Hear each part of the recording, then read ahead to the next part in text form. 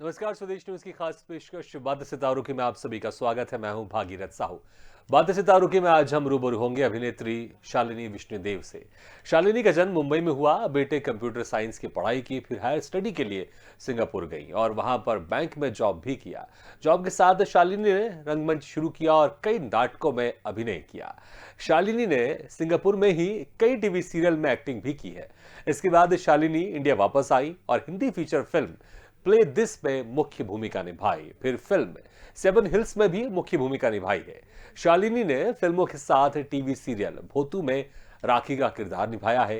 धार्मिक सीरियल संतोषी माँ सुनाए व्रत कथाएं में शालिनी ने माता लक्ष्मी का किरदार निभाया है। तो सीरियल फिर सुबह होगी और देवी आदि पराशक्ति में भी अहम भूमिका निभाई है। तो धारावाहिक राधा कृष्ण में देवी सरस्वती की भूमिका निभाई है। अभी हाल ही में चल रहे दूरदर्शन की सीरियल समेत 3 सीरियल्स में मुख्य भूमिका निभाई है। तो वही शालिनी ने 50 से ज्यादा विज्ञापन फिल्मों में भी अदाकारी की है। तो आज हम इनसे रूबरू होंगे और जानेंगे इनके अभिनय के सफर के बारे में।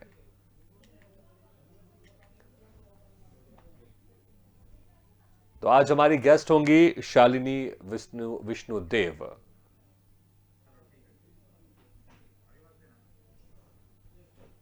हमारी गेस्ट हैं शालिनी विष्णुदेव। इनसे हम मुलाकात करेंगे, इनसे हम रूबरू होंगे और जानेंगे इनके एक्टिंग के सफर के बारे में कि इनकी एक्टिंग के सफर की शुरुआत कैसे हुई। तस्वीर में आप देख रहे हैं तमाम तरह के किरदार निभाए हैं शालिनी विष्णुदेव ने। माता सरस्वती बनी है, माता लक्ष्मी बनी है, तो डिटेक्टिव सीरियल्स में भी काम किया इन्होंने। और इस वक्त हमारे साथ सीधे जुड़ गई अभिनेत्री शालिनी विष्णुदेव। शालिनी जी, आपको बहुत बहुत स्वागत है स्वदेश न्यूज की खास पेशकश बातें सितारों की में। शालिनी जी, आपने कंप्यूटर साइंस में आपने बीटेक किया है, आप सिंगापुर गई हाई स्टडी करने, वहां पर आपने बैंक में भी काम किया। फिर आखिर ये इतना सब कुछ पढ़ाई करते हुए फिर कैसे आपको लगा कि आपको सिंगापुर में आपको थिएटर शुरू करना है? ये सवाल मुझसे कई लोग पूछते हैं ऑनेस्टली, लेकिन मैंने कभी भी ऐसा नहीं सोचा था कि मैं अपना सॉफ्टवेयर करियर या जो मैं काम कर रही हूँ सिंगापुर में उसे छोड़ के I will start acting as a career. I never took acting as a career in the beginning. मेरे लिए ये सिर्फ एक शौक था, एक चेंज था। मैं सिंगापुर छुट्टियों में आई थी, मुझे एक ब्रेक मिला तो मैंने किया, मुझे अच्छा लगा। सॉरी, सिंगापुर से इंडिया छुट्टियों में आई थी, मुझे ब्रेक मिला, मुझे अच्छा लगा, मैंने किया। और फिर उसके बाद दूसरा, फिर तीसरा ऐसे काम मिलता गया और तो आई डिसाइडेड कि मुझे सिंगापुर से एक लंबा ब्रेक लेके इंडिया ही रुकना चाहिए और एक्टिंग को एक्सप्लोर करना चाहिए। जहां तक बात एक्टिंग की है, मुझे हमेशा से शौक था, स्कूल में, कॉलेज में। तो सिंगापुर में भी मैं क्योंकि पढ़ रही थी और आगे फिर काम भी कर रही थी, like I mention I worked in city bank से। मैं वीकेंड्स पे इम्प्रोव थिएटर करती थी। फिर बाद में धीरे धीरे करके मैंने एक प्रॉपर थिएटर ज्वाइन किया and then I was lucky to work in the national TV in Singapore, English channel में, क्योंकि मैं सिंगापुरियन नहीं जानती थी जी। तो मुझे ये रियलाइज हुआ कि ब्रेक के लिए या जब भी मुझे कुछ अपनी लाइफ को एंजॉय करना होता है या I want to have a live it up experience जी, तो मैं एक्ट करती हूँ। तो मुझे जब एक्टिंग इतनी पसंद थी तो I decided to just come to India and explore. अच्छा, हमने रंगमंच को लेके हिंदुस्तान में बहुत सुना है और बहुत सारे लोग रंगमंच करते हैं। सिंगापुर में किस तरह का रंगमंच होता है? सिंगापुर में आपने जो थिएटर ज्वाइन किया था, क्या वो इंडियन ग्रुप था या वहीं के जो लोकल थे उनका ग्रुप था? किस तरह के वहां पर नाटक होते थे? वहां पर देखिए, इंडियंस के लिए मोस्टली जो इंडियन लैंग्वेज जिसमें मैं कहूंगी तमिल ज्यादा यूज होता है, बाकी वहां पे मलय और सिंगला और सिंगापुरियन। उसके अलावा एक इंग्लिश है जो कि पूरे वर्ल्ड में कॉमन लैंग्वेज है, लेकिन हिंदी थिएटर का वहाँ और उर्दू थिएटर का वहाँ बहुत कम स्कोप है अभी। वहाँ पे तमिल बहुत हैं। आप अगर कहेंगे मैं इंडियन हूँ तो वो सीधे आपसे तमिल में बात करने लगे। अच्छा। वहाँ पे श्रीलंकन तमिल्स भी हैं, सिंगापुरियन तमिल्स भी हैं। तो टॉकिंग अबाउट कि सिंगापुर में एक हिंदी स्पीकिंग एक्टर का क्या स्कोप है, बहुत ज्यादा नहीं है। I was just lucky. आप किस भाषा में वहाँ पर रंगमंच करती थी? रंगमंच अगर आप पूछे, मैंने टॉकिंग अबाउट थिएटर, तो जैसा मैंने कहा, मैंने इम्प्रोव से स्टार्ट किया था। इम्प्रोव में आपको कुछ रिहर्सल करना है या वो ड्रामा नहीं होता, आपको ऑन द स्पॉट रिएक्ट करना होता है, आपको डायलॉग दिए जाते हैं, आपको अपने मन से बना के जवाब देना होता है। तो आई स्टार्टेड विद इम्प्रोव, लेकिन जो बाकी दूसरा थिएटर था वो था इंटेलेक्चुअल थिएटर इंस्टीट्यूट, जो कि इंटरनेशनल था, वो सिर्फ इंडियंस का नहीं था। उसमें बहुत सारे जापानीज, मले, सिंगापुरियन, पाकिस्तानी, इंडियन सब थे। जी। मैंने जो किया था वो इंग्लिश में था, क्योंकि हम्म। इंग्लिश एक कॉमन लैंग्वेज है और हिंदी का वहाँ पे कोई थिएटर था नहीं। अच्छा, बैंक में आप जॉब कर रही थी सिंगापुर में, आप तो बहुत अच्छी आप जॉब कर रही थी बैंक में, बैंक की बहुत अच्छी जॉब है, हर कोई चाहता है बैंक में जॉब करना। तो क्या आपका पहले से ही मन था कि आपको इस एक्टिंग की फील्ड में जाना है, या फिर आपको लगा कि चलिए ट्राई करते हैं, अगर कुछ बेहतर होगा तो फिर इसमें आगे बढ़ेंगे एक्टिंग की फील्ड में? लेकिन मैं आपको एक बात बताती हूँ, अपने देश का जो माहौल है कि the time when I was growing up, जब मैं छोटी थी स्कूल में थी, आई थिंक हर लड़की एक एक्ट्रेस बनना चाहती थी, हर लड़का एक क्रिकेटर बनना चाहता था। बिल्कुल। शायद अभी भी ऐसा है। तो वो थोड़ा बहुत था ऑफ कोर्स कि अगर किसी को भी कभी भी चांस मिले टीवी में आने का, who would not want to do it. हाँ। लेकिन जब एक्टिंग की पहली बार तो मैंने थिएटर में ही की थी, वो उपासना सिंह जी का थिएटर था, कलर ड्रॉप नाम था उसका। और पहली बार जब मैं स्टेज पे I and appreciation that I got from people kind of made something live, ऐसा लगा कि कुछ मेरे अंदर जिंदा हो गया है। तो वो मुझे बहुत ही अच्छा और लाइफ गिविंग एक्सपीरियंस। अच्छा, जॉब करते करते, बैंक की जॉब करते करते जो आप मिस कर रही थी, आप जैसे आपने थिएटर में एक्टिंग करना शुरू किया था, आपको लगा कि हाँ कुछ मिस था जो अब शायद आपको सुकून दे रहा है, ऐसा कुछ? जी बिल्कुल, इट्स जस्ट लाइक कुछ लोगों को घूमना पसंद होता है, कुछ लोगों को पढ़ना पसंद होता है, कुछ लोगों को आप अपने एक हॉबी के लिए कुछ करते हैं। तो ये मेरा एक हॉबी था and I started it as a hobby, but it was amazing every time when I was on theatre और या जब मैं और एक्टर्स के साथ होती थी, तो एक अलग सा कुछ एक्सपीरियंस लगता था। वो लगता था कि ये जिंदगी जी जा रही है मेरी। अच्छा, सबसे और पहला जो में- कैरेक्टर आपने किया था एक्टिंग में, आपने वो क्या कैरेक्टर था आपका? अब वो राजकुमारी का कैरेक्टर था। जैसा कि मैंने कहा, मैंने थिएटर किया था सबसे हाँ। पहले। अच्छा, मतलब तो बचपन में अक्सर हर कोई राजकुमारी बनना चाहता है तो आपका जो पहला रोल था वो भी राजकुमारी का था। हाँ, लेकिन मेरे लिए वो बहुत चैलेंजिंग था, क्योंकि थिएटर में आपको बहुत जोर से बोलना होता है, you have to be loud enough. लेकिन वो राजकुमारी बहुत डेलिकेट थी और शर्मीली थी, तो मैं बड़ी कंफ्यूज रहती थी कि मुझे धीरे भी बोलना है, but I have to be loud कि लोग मुझे सुन पाए। तो वो मेरे लिए थोड़ा चैलेंज था। एंड क्योंकि मैं एक्टिंग से नहीं हूँ, मेरा बैकग्राउंड एक्टिंग से नहीं है, मैंने पढ़ाई एक्टिंग से नहीं की थी, तो मेरे लिए कुछ चीजें बहुत नई थी शुरू में। अच्छा, उसके बाद फिर आपने कहा कि इंडिया में आप घूमने आई थी, तो क्या आपने सोच के रखा था कि आप सिंगापुर में रहेंगी और वहीं पर आप पैर जमा लेंगी अंगद की तरह? तो फिर जैसे आपने कहा आप इंडिया में घूमने आई, फिर वहां से फिर आपकी एक एक्टिंग के सफर की जो दूसरी स्टेज है वो शुरू हुई।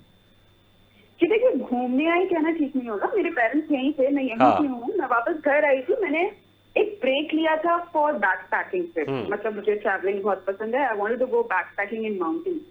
तो वो ब्रेक मैंने लिया था, उसलिए मैं 1 महीने के लिए या 2 महीने के लिए एटलीस्ट इंडिया में थी। एक छोटा सा मैंने लंबा ब्रेक लिया था। तो उस वक्त तक मैंने ये तो कभी नहीं सोचा था कि मैं सिंगापुर में परमानेंट रेजिडेंट बन जाऊंगी, जिसे पीआर कहते हैं, या सिटीजन बन जाऊंगा। ऐसा मैंने बिल्कुल भी नहीं सोचा था। I always wanted to come back to India. लेकिन देखिए, आप एक नौकरी कर रहे हैं जिसमें आपको बहुत अच्छी आमदनी मिल रही है, तो आप उसे छोड़ने के लिए भी एकदम से नहीं। बिल्कुल। I was lucky that I got a job there. In fact, it was a good paying job. तो मेरा आइडिया यही था कि मैं उसे कंटिन्यू करूंगी। तो फिर जब आप इंडिया आई, वापस आई, तो फिर वो जो इंडिया में जो पहला काम था वो कैसे मिला आपको? देखिए, ऐसा था कि सिंगापुर जाने से पहले मैंने एक थिएटर किया था, और उस थिएटर के बाद एक डायरेक्टर थे जिन्होंने मुझे कांटेक्ट किया था एक मेन लीड के लिए ऑन दूरदर्शन। मैंने उस वक्त उनके साथ काम किया, लेकिन वो बहुत लंबा नहीं था, और मुझे अपनी पढ़ाई नहीं छोड़नी थी और नौकरी भी नहीं छोड़नी थी। तो मैंने उनके साथ काम करने के बाद मैं चली गई थी Singapore. But when I came back, he learned that I am back in India. उन्होंने कहा एक और सीरियल स्टार्ट करें, आप आइए एंड वी विल वर्क। और उन्हें पता था कि मुझे ट्रैवलिंग का बहुत शौक है, और मैं एक ट्रैवल शो होस्ट करना चाहती थी, और ऐसा भी कुछ स्टार्ट हो रहा था। तो उन्होंने कहा कि हम काम भी करेंगे, तुम ट्रैवल भी करना, तो just come to Bombay, we'll work together again. और फिर से एक सीरियल उनका जो चल रहा था, फिर मैंने उसमें काम किया। खैर वो ट्रैवलिंग शो तो नहीं हो पाया, उनको कुछ परमिशंस का इश्यू आया था। वो रिवर्स कवर करना चाहते थे पूरे नॉर्थ इंडिया से लेके साउथ इंडिया तक की।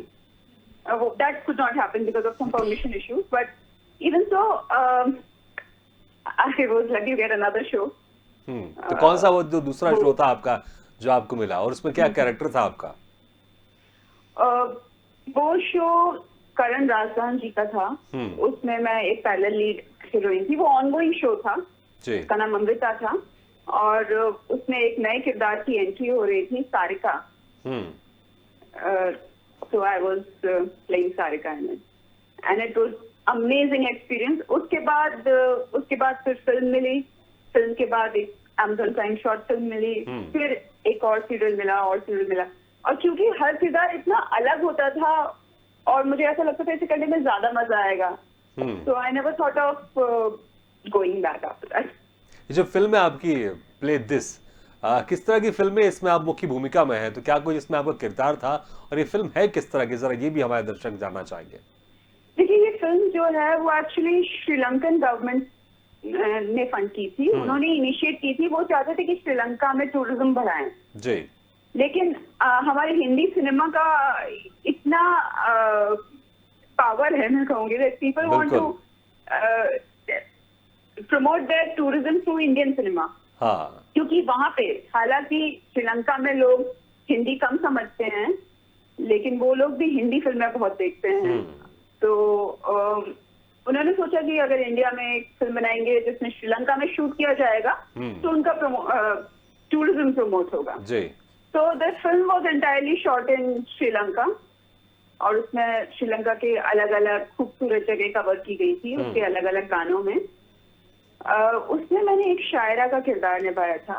वो एक लड़की जो लिखती है और बेबाक लिखती है, और उसका भाई है जो इस बात से डरता है कि ये बहुत ज्यादा बेबाक लिखती है और लड़कियों के लिए ये खतरनाक है। जी। Girls should be confined to family और सोच समझ के बोलना, तमाम तरह की बंदिश है। जी हाँ। और तो ये जो फिल्म थी वो एक बैंड के बारे में थी, जिसमें कि अंतरा जो मेरा कैरेक्टर था, मेरा भाई उस बैंड को डोमिनेट करता था और वो चाहता था हर चीज के अकॉर्डिंग चले। It was a male dominating attitude in his head. लेकिन बाद में अंतरा का लिखना ही अप्रिशिएट किया गया और लोगों ने उसे सराहा। और it was about music contest in Sri Lanka, जो कि जिसमें कि उसके भाई ने जब पार्टिसिपेट किया तो उसको कंसिडर नहीं किया गया, लेकिन अंतरा से जब लिरिक्स सुने तो वो जीत गई। बिल्कुल, ये जो कैरेक्टर आपने बताया, इस कैरेक्टर में उसके ऊपर तमाम बंदिशें थी। हम आपकी बात करें रियल जिंदगी में, जब आप इस फील्ड में आना चाहती थी, क्योंकि इस फील्ड में हमने अक्सर देखा आज भी हिंदुस्तान में खासकर लड़कियों को लेकर तमाम तरह की बंदिशें रहती हैं। कुछ में माता पिता नहीं चाहते कि इस फील्ड में जाएं, तो आपके घर वाले का रिएक्शन कैसा था जब आपने कहा कि मैं एक्ट्रेस बनना चाहती हूँ, इस इंडस्ट्री में जाना चाहती हूँ, फिल्म करना चाहती हूँ, टीवी सीरियल करना चाहती हूँ, तो उनका रिएक्शन क्या था? देखिए, first of all I would like to give the entire credit to them. Actually मेरी दादी थी जो सबसे ज्यादा खुश हुई थी जब पहली बार मुझे टीवी में काम करने का मौका मिला था। और मैं बहुत रिलक्टेंट थी उस वक्त, आई वाज़न्ट श्योर, क्योंकि हमारी फैमिली में से कभी भी कोई भी फिल्मों में नहीं गया। और मुझे काफी कुछ हम सुनते हैं इंडस्ट्री के बारे में जो कि बहुत अच्छा नहीं होता, तो I wasn't very sure if it would be a very good idea. But my grandmother was very sure. उन्होंने मुझे, मेरी दादी, उन्होंने मुझे बोला कि हर किसी को ये मौका नहीं मिलता है, तुम काम करती रहो, जो सॉफ्टवेयर में तुम्हारा काम है वो करती रहो, और जस्ट एक्सपीरियंस इट। अच्छा नहीं लगे then you can always come back. I had nothing to lose. So it was my dadi to push me actually and encourage me, and she was the one who was most proud. उन्होंने पता नहीं शायद हमारे जितने भी family members हैं सबको phone करके बताया, सबसे ज्यादा उन्होंने उस सीरियल का प्रमोशन किया। तो उनकी तरफ से बहुत सपोर्टिव था।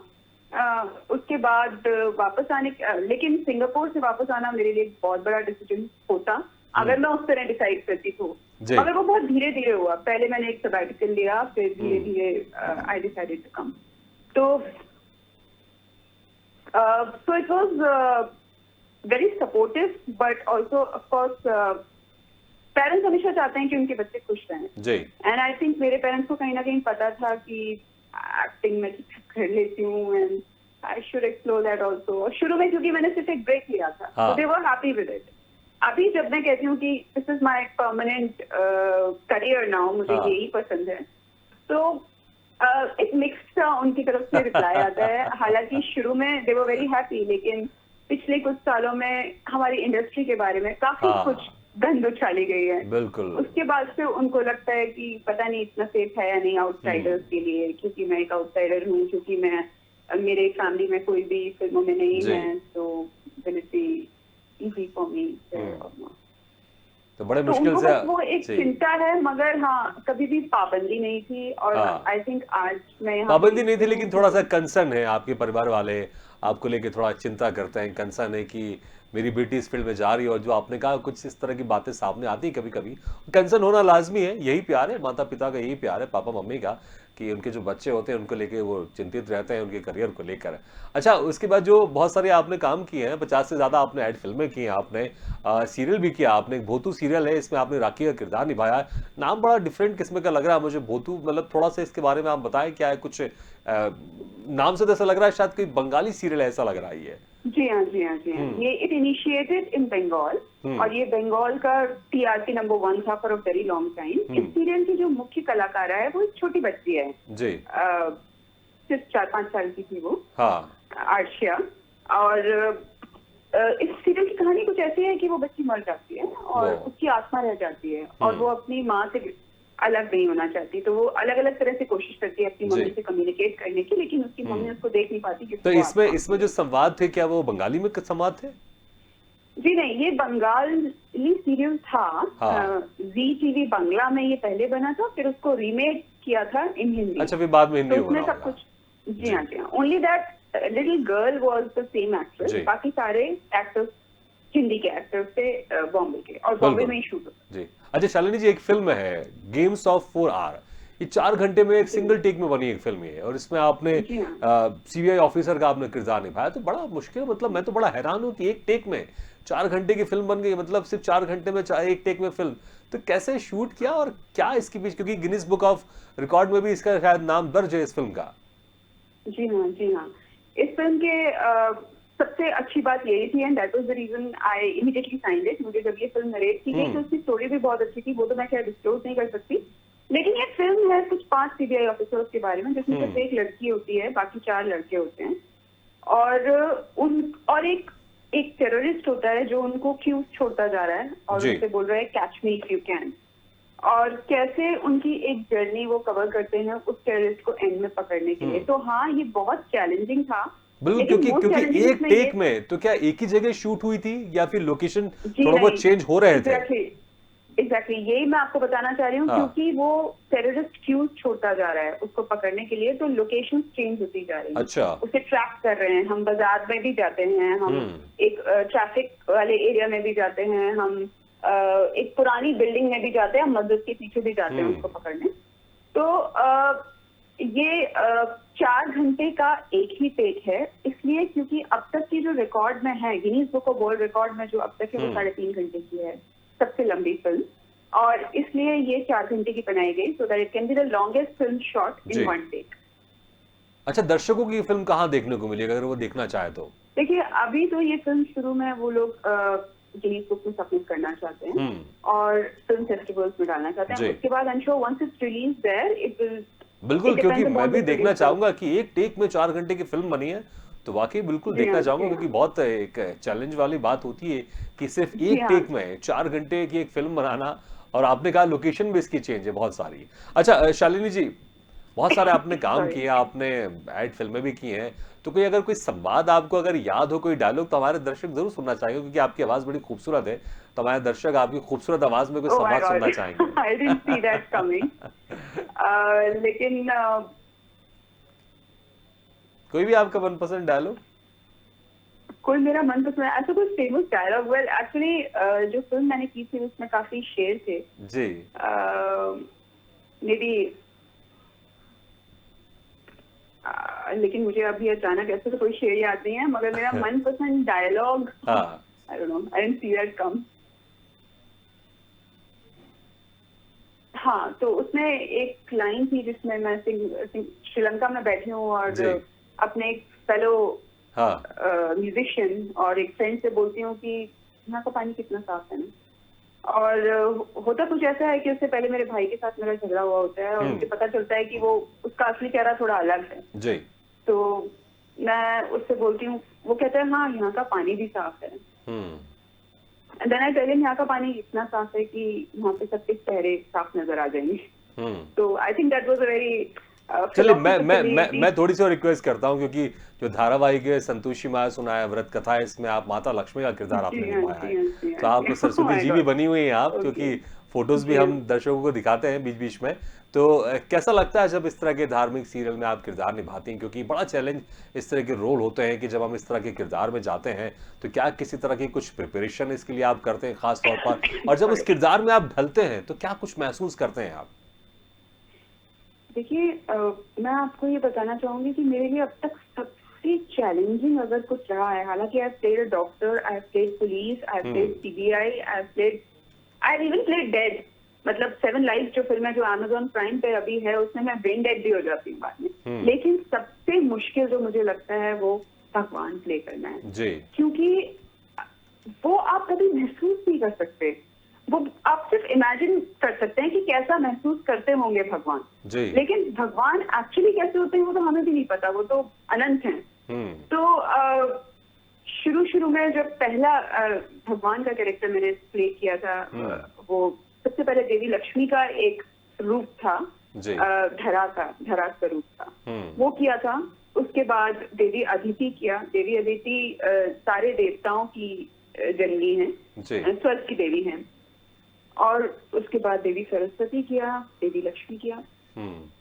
सच ये है कि देवताओं का और देवियों का जो एक ऑरा होता है, उनका जो एक बोलने का तरीका होता है, उनका जो एक्सप्रेशन होता है, उनके चेहरे पे हमेशा स्माइल रहती है, अगर वो आपको डांट रहे हैं तो भी।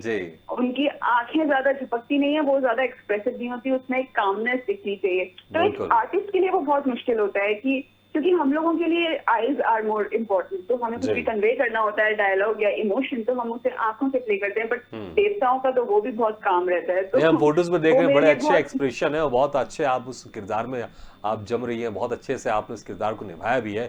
तो हमारे दर्शक जरूर 1-2 लाइन जरूर सुनना चाहेंगे उसी किरदार में, कि जब माता लक्ष्मी जी के किरदार में या सरस्वती जी के किरदार में आप संवाद बोलती हैं। अगर आपको संवाद याद नहीं है तो फिर कुछ लाइन में आपको दे सकता हूँ। आई एम सॉरी, अगर आपको कुछ संवाद याद नहीं है जो आप किरदार आपने निभाया है तो कुछ 2 लाइन में आपको बता दूंगा, लेकिन आप उसको बोलिएगा जरूर आप उसी अंदाज में। अच्छा, आपकी देखिए, एक एपिसोड था जिसमें राधा कृष्णा में मैं देवी सरस्वती हूँ। उसमें राधा जी एक समय पे सरस्वती जी से वरदान मांगती हैं कि मेरी मृत्यु कृष्ण से पहले हो जाए जी। और तो सरस्वती जी बड़ी दुविधा में आ जाती हैं कि ये तो बड़ी मुश्किल है, मैं इसको ये वरदान कैसे दे सकती हूँ। उसके बाद कृष्ण आते हैं और वो 2.5 अक्षर प्रेम के बारे में समझाते हैं जी। तो मैं उनसे कहती हूँ, राधा 2.5 अक्षर प्रेम, इसे पहचानो, यही कृष्ण है। तुम राधा हो, कृष्ण की राधा। तो आई डोंट नहीं, बहुत अच्छा, लेकिन बड़ा अच्छा लगा जो 3-4 शब्द आपने बोले, बहुत अच्छा लगा। अच्छा, आप आपकी हॉबीज क्या है? नहीं, बहुत अच्छा लगा। और जब आप उस गेटअप में जाती होंगी जब आप, तो डेफिनेटली वो तो और कुछ एक अलग अंदाज होता होगा उस वक्त। और जी हाँ, अभी तो जैसे कि आपको पता है, I've just recovered from, जी बिल्कुल, तो मेरी आवाज भी वो नहीं है। लेकिन बिल्कुल हम दर्शकों को हम बताना चाहेंगे कि शालिनी विष्णुदेव जी अभी कुछ दिनों पहले कोरोना पॉजिटिव थी, लेकिन आज देखिए, आज हंसती मुस्कुराती हुई, उस कोरोना के संक्रमण से लड़ती हुई आज पूरी तरह से स्वस्थ है और हमारे साथ आप इंटरव्यू कर रही हैं। और बहुत बहुत शुक्रिया कि समय निकालकर आपने हमारे इस कार्यक्रम में शिरकत भी की। अच्छा, दौर कैसा रहा वो, क्योंकि बड़ा ही, क्योंकि कैसा था वो वाला दौर जब कोरोना चल रहा था और जब आप कोरोना पॉजिटिव भी हुई, तो समय कम है तो, लेकिन जानना चाहेंगे किस तरह का एक्सपीरियंस था उस समय। हालांकि बहुत बुरा एक्सपीरियंस था, उसमें कोई शक नहीं, लेकिन इसके पहले के जो दौर थे, क्योंकि इंडस्ट्री में आप हैं, काम करना, अभिनेत्री हैं, लेकिन सब कुछ शूटिंग वूटिंग सब बंद भी थी। जी हाँ, देखिए वो दौर तो मुझे लगता है सभी के लिए बहुत बहुत बहुत मुश्किल था, हेल्थ वाइज, फाइनेंशियली, इमोशनली। कई लोग अकेले रह गए थे, कई लोग अपने काफी अपनों को खो चुके थे। वो दौर मुश्किल था, लेकिन मैं ये कहूंगी कि वो दौर हमें बहुत कुछ सिखा के भी गया। एटलीस्ट मुझे एज अ पर्सन बहुत कुछ सिखा के गया शुरू में जब शूट बंद हुए तो लगता था अभी क्या करें, मतलब बिल्कुल कुछ करने को नहीं है, खाली बैठे हैं, गेम्स खेल लिए, जी। किताबें पढ़ ली, मूवीज देख ली। लेकिन फिर न्यूज आनी शुरू हुई कि बहुत सारे माइग्रेंट्स पैदल चल के अपने अपने घर जा रहे हैं, मर रहे हैं, रास्तों में खत्म हो रहे हैं, बहुत जी। से लोग भूखे मर रहे हैं। तो फिर लगा कि जिंदगी को एक मीनिंग भी देना चाहिए। सिर्फ ये नहीं है कि हम भाग रहे हैं, अपने लिए कमा रहे हैं, अपने लिए खा रहे हैं, अपना नाम कमा रहे हैं। हमें कुछ एक वो सेटिस्फैक्शन भी लाइफ में होना चाहिए कि हमने लाइफ में कुछ मीनिंगफुल भी किया, अपनी जी। जिंदगी को कोई मतलब भी दिया। तो आई डिसाइडेड टू, उस वक्त मैं बॉम्बे में अकेले थी और मेरी फैमिली काफी स्ट्रेस थी। जी। वो लोग दिल्ली में हैं, वो चाहते थे मैं आ जाऊं उनके पास, लेकिन क्योंकि लॉकडाउन था मैं जा नहीं सकती थी। मैं फर्स्ट लॉकडाउन की बात कर रही हूँ। जी। तो उस वक्त मेरी मम्मी को लगता था कि मैं बाहर नहीं जाऊं बिल्कुल भी, कहीं अगर मुझे कुछ हो गया तो there is no one to take care of. बिल्कुल, आपकी तरफ से बहुत परिवार वाले चाहते थे कि आप बाहर नहीं जाएं, लेकिन पर भी आपने जितना हो सके अपनी तरफ से आपने सोसाइटी की हेल्प की और यही कारण है कि कई जगह कई संस्था ने आपको इसके लिए नवाजा भी है, आपको अवार्ड से सम्मानित भी किया है, क्योंकि आपने इस कोरोना काल में जो अपनी तरफ से हो सके जो सोसाइटी की मदद की आपने। और फिर आप भी उस दौर से गुजरी, आप भी संक्रमित हुई, लेकिन फिर आपने अपने आप को रिकवर किया और हमारी तरफ से आपको बहुत बहुत शुभकामनाएं। आप ऐसे हंसते रहिए, मुस्कुराते रहिए और बेहतर अच्छे अच्छे आप काम करते रहिए, दर्शकों का एंटरटेन करते रहिए। और शुक्रिया वंस अगेन कि आपने समय निकालकर हमारे इस कार्यक्रम में शिरकत की है। Thank you so much, it was very nice talking to you. Thank you very much.